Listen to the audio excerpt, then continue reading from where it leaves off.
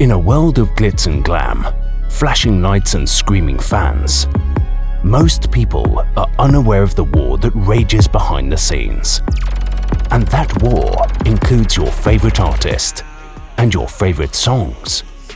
This is The Dark Side of Songwriting, hosted by Naeem Edwards. Welcome to The Dark Side of Songwriting. My name is Naeem Edwards. I am your host, and today Herbo is on his way to prison because he was chasing instant gratification. When you're coming into your music career or you're coming into any type of situation, most of the time you're coming in at a deficit. Whether that deficit is financial, whether the deficit is time, you're coming in, have been putting more work in than you have got out by putting all that work in. The reason that you don't want to chase instant gratification and people pleasing and all of these other things that, you know, can land you into prison like him, because they say he was stealing identities and stealing money and buying designer dogs, taking vacation, buying whatever. He was people pleasing, trying to keep up with people who put in more work than him and did more work than what he has done. He didn't work for any of the things that he sold. He didn't work for any of the things that he took from people. He didn't believe in himself enough to do that, because one of the reasons why you don't want to go outside like Herbo is because there is no such thing as cheating. There is no such thing as a shortcut. There is no such thing as a quick fix. There are no quick flips. There is no overnight success. It just does not happen, and it's not real. And the reason why you don't want that is because, obviously, aside from saying what goes up must come down, you don't want that, because what the journey, people call it the journey, but what actually putting the work is, starting from a deficit or starting at zero, what it actually does for a lot of the things in your life prepares you on how to deal with when you actually get with what you want. So when you start at zero with your career, whatever your career may be, when you start at zero, you start going and you just walking. You just walking and you walking and you walking. And as you're walking, you're going to come across issues, problems, things that need to be fixed, things that are broken, things that you realize that you may need or you may not need, things that you realize that, oh man, things work better this way, or I can put it this way, you know. It's called problem solving. When you cheat and you lie and you do things where you try to keep up with how other people are looking, keep up with what other people are doing, the industry done told you that you need to look this way or you need to have this type of thing, and the consumer base that has been trained, because I can't just put it all on the entertainer. The consumer is trained at this point. It's been passed down for generations and generations and generations, and it's because the entertainer, which, I mean, I guess I might as well just blame the entertainer, but the entertainer has conditioned the consumer to say, if you don't look a certain type of way, you are not successful, and I'm not going to support you because you are not successful. I'm going to run over and support the successful person. Very ass backwards, but is how people's minds work. But you don't know any of that when you cheat and you go whatever, and it also doesn't feel good internally, because you don't have the skills, you don't have the mindset, you don't have the will, the grit, the talent, whatever you want to, you know, you don't have these things that are the building blocks to getting to whatever your goal is supposed to be, and then formulating new goals and pushing yourself past that and seizing the day. You don't know, you're not going to know how to problem solve or get the things that you need to get in your career, or work around the issues that might come awry if you cheat your way to them. You're not going to have it internally.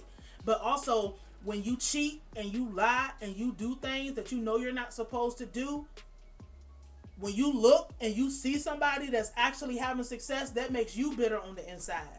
That makes you upset. That makes you angry on the inside when you see a person who's actually winning the real way. And because you lied to yourself and you did mental gymnastics about your situation, it's equivalent to, it's two things I think about. The first thing I think about is people who buy fake streams and buy fake views. When you see somebody, you have 5,000, 6,000 fake views, the number make you feel good because there's 5,000 views right there, even though it's 0 views in real life. but it's 5,000 there, so other people are looking like, wow, 5,000 people looked at this. Let me look at that. Opposed to that other person who got 400 real organic people went and looked at that, like real actual human beings. 400 people looked at that. You with your 5,000 fake views, you feel some type of way internally, and you know you feel some type of way, even though your number is what, 20 times as high? It's 20, right? 5 times 4 is 20. 50? Whatever.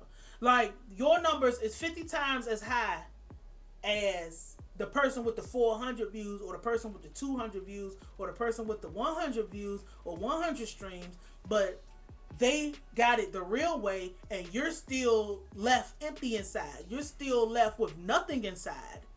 You still feel like shit because you cheated your way. Another thing is, when I think about this situation with him, is that a lot of people think that something, and this is not off track, just walk with me. People think that stuff like school, the things that we learn in school, is meaningless. Oh, I never used that. I never, whatever that. We use everything we learn in school. And how do we use everything we learn in school? Let's just take Pythagorean theorem for example. If a squared plus b squared equals c squared in a triangular type of situation, if this person starts at this point and this person starts at this point, so if we have a squared, b squared, c squared, if you start here and we both start here, and I go this way and you go this way and you go that way, we're still going to meet at the same point. That can be used in navigation or whatever type of situation you want to, even though we went to different paths and we went different ways, we still ended up at the same point.